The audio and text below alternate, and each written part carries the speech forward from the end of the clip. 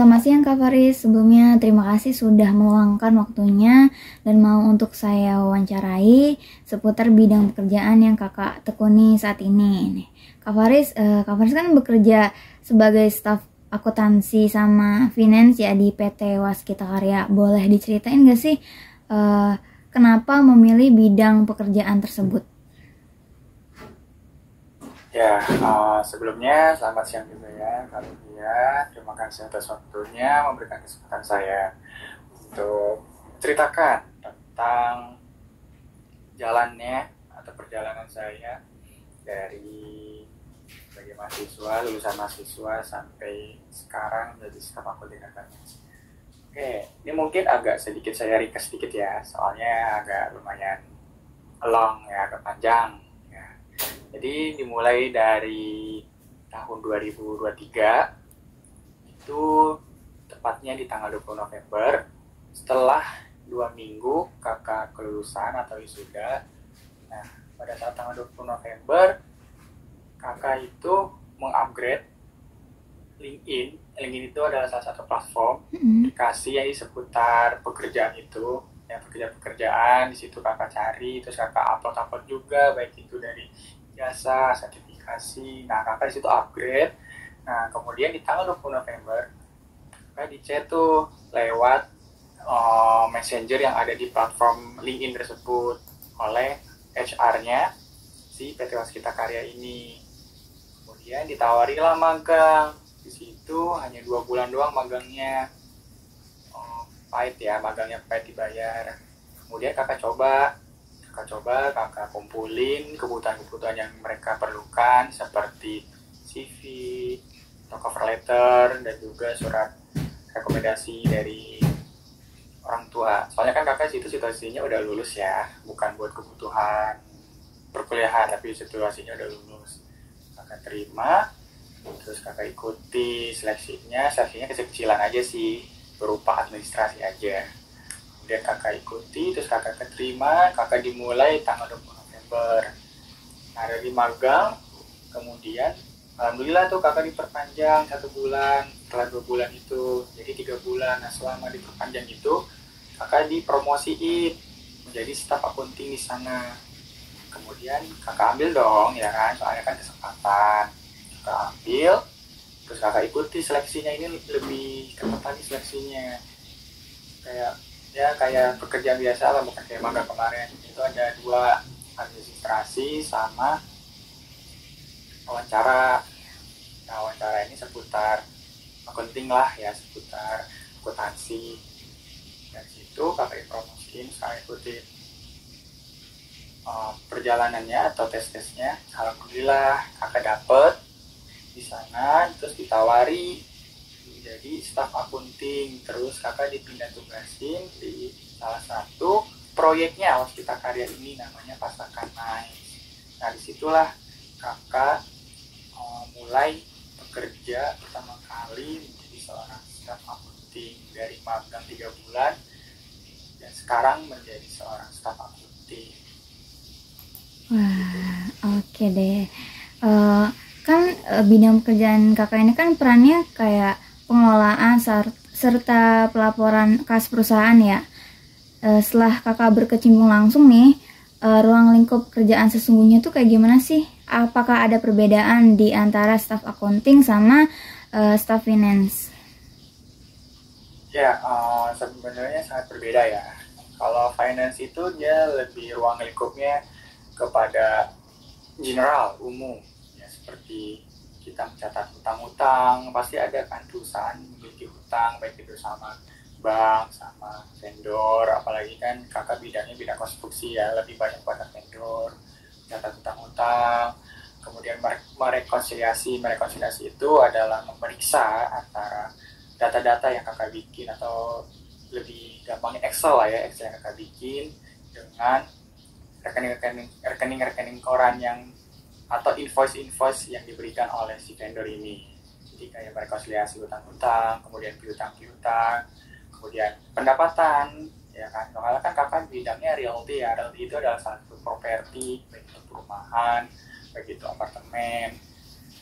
Jadi seperti itu. Itu jadi untuk finance ya itu tadi. Terus untuk accounting itu lebih lingkupnya kepada catatan, kemudian pemeriksaan dan juga pelaporan.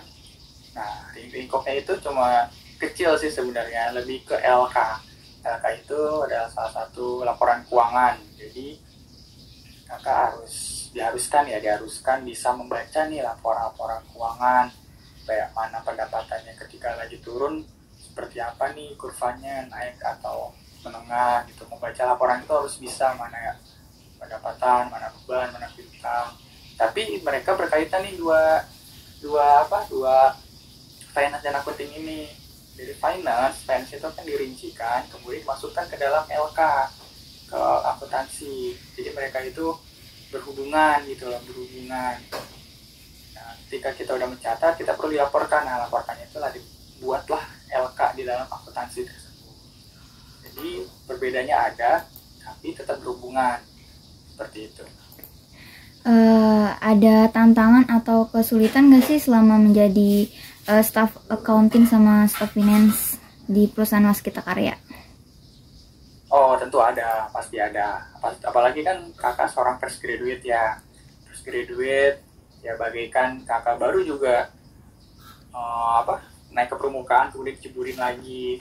Pasti ada dong, pasti ada yang namanya kesulitan atau tantangan.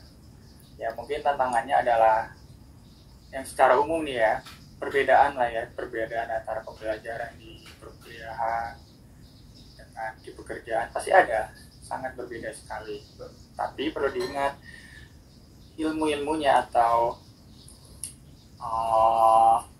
materi-materinya, dasarnya lah ya, ada di sana, dapat gitu ya. Contohnya misalkan dalam catatan akuntansi keuangan, kita bisa membaca nih mana aset ya kan, mana piutang, mana utang. Kita kan belajar di perkuliahan, aset misalkan, oh kas ini aset,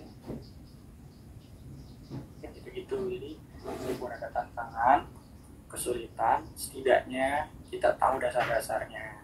Kalau kesulitan pasti ada ya, kayak misalkan kakak nggak ngerti cara membaca laporan keuangan gitu. Misalkan laporan keuangan yang kakak pelajari di kuliah sama di pekerjaan kan sangat berbeda. Tapi ingat satu, berani bertanya itu, karena kita juga sama-sama masih baru, mereka juga pasti ngerti lah alasan mereka nyari fresh graduate untuk apa. Tuh, jadi kita lebih banyak bertanya agar kita tidak sesat di pekerjaan atau dalam mengerjakan pekerjaan.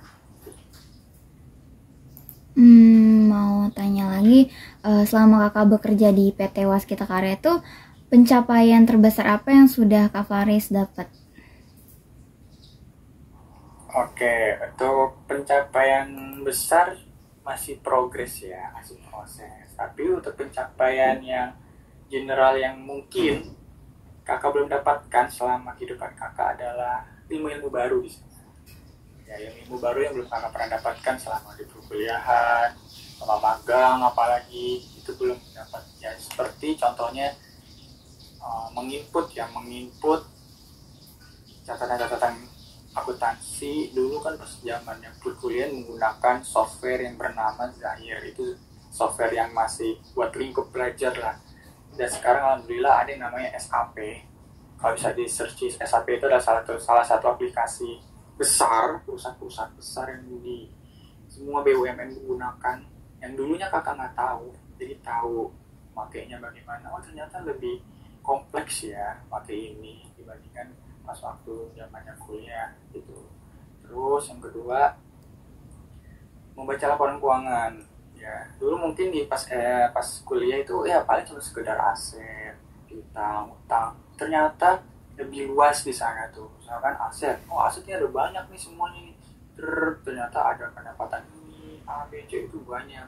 Sedangkan kuliah kan cuma sekedar inti-intinya aja, kepala-kepalanya aja. Ternyata masih ada ekor-ekornya tuh. Itu mungkin pencapaian kakak itu adalah ilmu baru ya, ilmu baru yang kakak dapatkan di sana. Seperti itu. Nah, menurut kakak pribadi nih, pekerjaan yang kakak tekuni saat ini tuh termasuk ke pekerjaan impian kakak nggak? Termasuk pekerjaan impian kakak. Soalnya kakak kan awalnya udah jurusan akuntansi ya, Betul. ya kan, jurusan akuntansi. Kakak berharap ilmu kakak yang kakak dapatkan di perkuliahan kakak bisa gunakan, kakak bisa aplikasikan di suatu pekerjaan meskipun agak berbeda, seperti itu.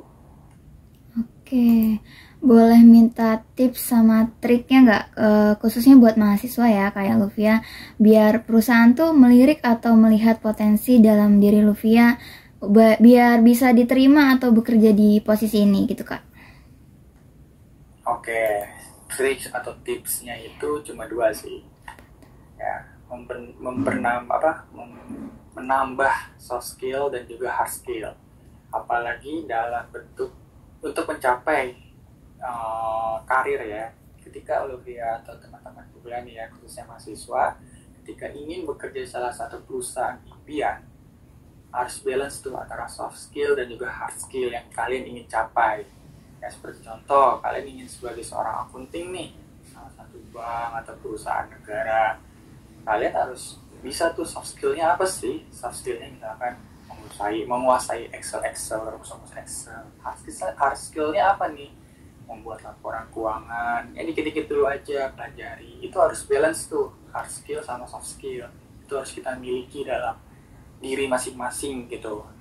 Ya nggak harus menguasai semua. Saya mau sebagai orang akunting juga, pajak juga, nggak harus. Minimal kita harus punya soft skill dan hard skill. Tujuan kita nanti mau bekerja seperti apa gitu. Pasti perusahaan bakal melirik. Contoh pas waktu kakak wawancara, kakak bukannya ditanya sekedar akuntansi aja, tapi kayak kamu tahu nggak VLOOKUP buat apa, HLOOKUP buat apa, itu kan sebutan Excel kan.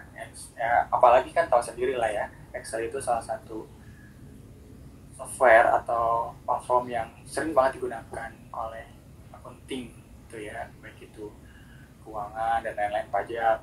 Jadi soft skill itu dan hard skill itu penting. Itu sih, upgrade itu terus soft skill dan hard skill. Berarti selain dari hard skill sama soft skill, perlu nggak sih Kak ikut-ikut kayak organisasi atau seminar kayak gitu buat nambah pengalaman tersendiri gitu buat mahasiswa? Oh, sangat boleh ya, sangat boleh dan sangat disarankan. Itu kalau kakak bilang sih sebagai opsional aja ya, sebagai dorongan dari belakang. Soalnya kan kalau misalkan tadi kakak bilang soft skill dan hard skill itu kan adalah salah satu garda terdepan. Nah, kalau yang belum yang bilang kayak ikut organisasi, seminar dan lain itu sebagai opsional untuk dorongan dari belakang gitu, buat memberikan citra Luvia itu sebagai seorang misalkan punya achievement dari seminar, dari lomba-lomba dan lain sebagainya. Itu sebagai citra gitu, citra Luvia sebagai mahasiswa atau sebagai seseorang yang aktif. Nah, ketika perusahaan atau HR melirik kamu itu aktif, pasti dia bakal berpikiran, wah bekerja juga pasti bakal aktif di perusahaan gua gitu. Jadi kayak psikologis si HR itu langsung berpikir, wah ini dia bakal aktif juga nih nanti bekerja, soalnya dari sini aja aktif banget. Nah, jadi itu dari situ aja gambarannya udah bagus gitu lah, apalagi ketika udah tahu soft skill dan hard skillnya. Jadi sebagai dorongan aja, dan itu emang harus kalau bisa memiliki kesempatannya. Makanya kakak bilang opsional aja gitu, opsional, nggak harus memaksakan ikut semuanya, ini enggak, itu opsional aja. Tapi kalau bisa sanggup ya lakukan seperti itu. Oke deh, terima kasih banyak buat Kak Faris sudah meluangkan waktunya untuk berbagi cerita serta pengalamannya sebagai staff accounting sama staff finance di perusahaan PT Waskita Karya. Semoga bisa menambah ilmu, motivasi buat saya pribadi. Semoga bisa terus berkembang di bidang pekerjaan yang saya tekuni nantinya. Sukses selalu buat Kak Faris. Selamat siang Kak. Oke, sukses selalu juga Luvia. Makasih juga ya. Ya. Dari hasil wawancara yang sudah saya lakukan dapat disimpulkan bahwa staff accounting dan staff finance adalah dua peran yang berbeda dalam sebuah perusahaan. Meskipun keduanya berkaitan dengan pengelolaan keuangan perusahaan, staff accounting bertanggung jawab untuk merekam transaksi keuangan, menyusun laporan keuangan, dan memastikan bahwa semua informasi keuangan sesuai dengan standar akuntansi yang berlaku. Fokus juga pada pencatatan harian transaksi, penyelesaian neraca, perhitungan pajak, dan pelaporan keuangan. Di sisi lain, staf keuangan atau staf finance lebih fokus pada analisis keuangan dan pengambilan keputusan yang strategis. Terlibat juga dalam perencanaan keuangan jangka panjang, analisis investasi, manajemen resiko, pengelolaan aset, dan penentuan strategis keuangan yang optimal bagi sebuah perusahaan. Jadi, staff accounting berkonsentrasi pada pencatatan dan pelaporan keuangan, sedangkan staff finance lebih banyak berfokus pada analisis dan pengambilan keputusan keuangan.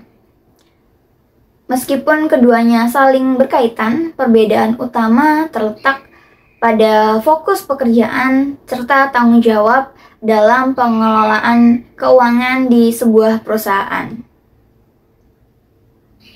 Dari hasil wawancara dengan narasumber, untuk bisa diterima sebagai staff accounting atau staff finance di sebuah perusahaan pastinya memiliki latar belakang pendidikan yang relevan, memiliki pengalaman kerja atau magang yang relevan. Nah, pengalaman ini bisa didapat dari pekerjaan paruh waktu, magang, atau proyek-proyek akademis yang sesuai dengan bidang pekerjaan yang akan kita geluti nantinya. Kemampuan untuk bekerja dalam tim juga menjadi nilai tambah karena pekerjaan di bidang akuntansi atau keuangan seringkali melibatkan kolaborasi dengan departemen lain. Mengikuti kursus atau pelatihan tambahan yang dapat meningkatkan soft skill dan hard skill kita. Kemudian menunjukkan bahwa kita memiliki rasa semangat dan motivasi untuk berkembang di bidang akuntansi serta keuangan. Pengalaman organisasi, partisipasi kita mengikuti seminar juga bisa sangat mempengaruhi kesempatan untuk bisa diterima di sebuah perusahaan. Karena membuktikan bahwa kita memiliki kemampuan, memiliki minat, dan ingin memiliki keterlibatan dalam bidang yang akan kita geluti. Sekian.